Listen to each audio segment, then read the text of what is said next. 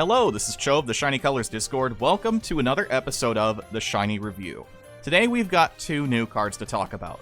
We have the new Produce SSR for Kiriko, as well as the Support SSR for Rinzai.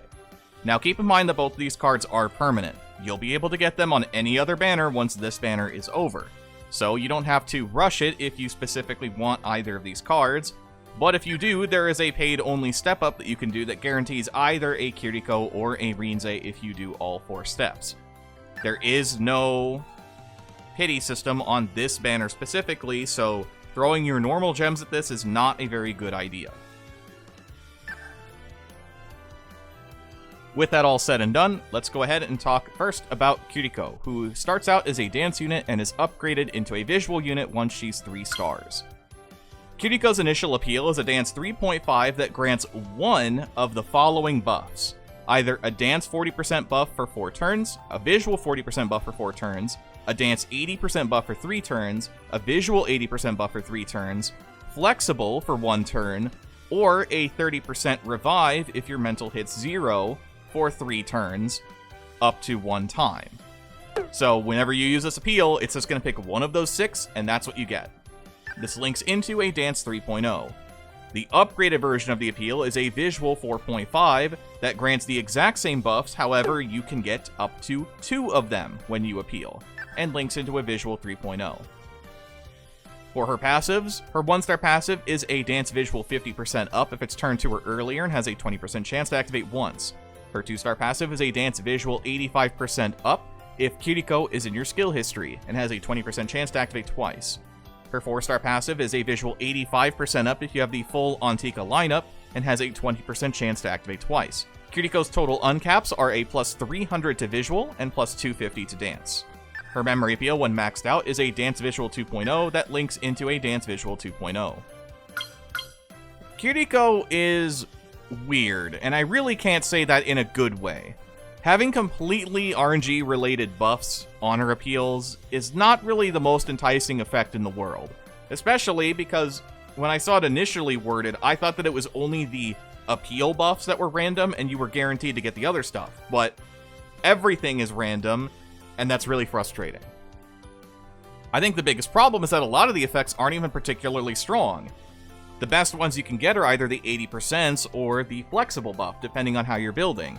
The revive is good situationally, but having it not be consistent doesn't exactly make it very helpful either. That said, the revival is fine if you get it. 30% is actually a pretty decent amount and should make sure that you don't just immediately die again the second you revive. But because you're not guaranteed to get it, I don't know if it's necessarily worth running this Kiriko or not. I think her memory appeal is also not particularly good because the multipliers are fairly low, even if it is a dual stat appeal. I'm going to give this Kiriko a C to maybe C- as a unit, and a C- as a center. I would say that this is one of the first few cards in a while where I wouldn't care about getting this too much for the functionality over just getting her for the Q costume. So next then we have Rinzai, who is a permanent vocal support. Her masteries include Vocal Mastery SP reaching plus 15 at level 80, otherwise plus 12 at level 70, plus 6 at level 30. She has Unit Mastery Mental, reaching plus 3 at level 80, otherwise plus 1 at level 5. And she has Room Mastery, which reaches plus 2 at level 75, otherwise plus 1 at level 65. Rinzai definitely wants to be at least level 75 to attempt to use her Room Mastery, and if you aren't as concerned about that, level 70 is fine since you'll have access to her 2-star passive at least. Looking at the rest of what Rinzai does, her 4-star appeal is a Vocal 3.0 that grants you a Vocal 30% buff for 3 turns and Attention 50% up for 3 turns. Her 2-star passive is a Vocal 90% up and Attention 30% up as long as you have 1 or more active Attention up buffs, with a 20% chance to activate twice. And there is an event passive, interestingly enough, a Vocal 50% if it is turned to her later. 20% chance to activate twice. Rinzai is okay. Just like with Kiriko, I would say this is a card that you really just get for the aesthetic and not so much for the functionality. There is one merit to this Rinzai compared to every other Rinzai support so far, which is that this is the first Rinzai support with healing on her Match Live skill. So if you're somebody that's been playing Match Live and have noticed that Rinzai really can't take a lot of hits, this is a card that's going to help fix that, and I think will make Rinzai a more valuable card in something like Match Live in the future. Outside of that, this card is just a weaker version of Gyudon Rinzai without most of the benefits. It's a little easier to use because it's 1 attention up buff versus 2, but I think the benefits are heavily skewed in the favor of Gyudon. The 2-star passive on her is perfectly fine if you are playing an attention up style build, but not everybody's doing that necessarily, and may not be the best thing you could be doing either. So, again, this card is mostly here for the vibe of the art style rather than the actual functionality.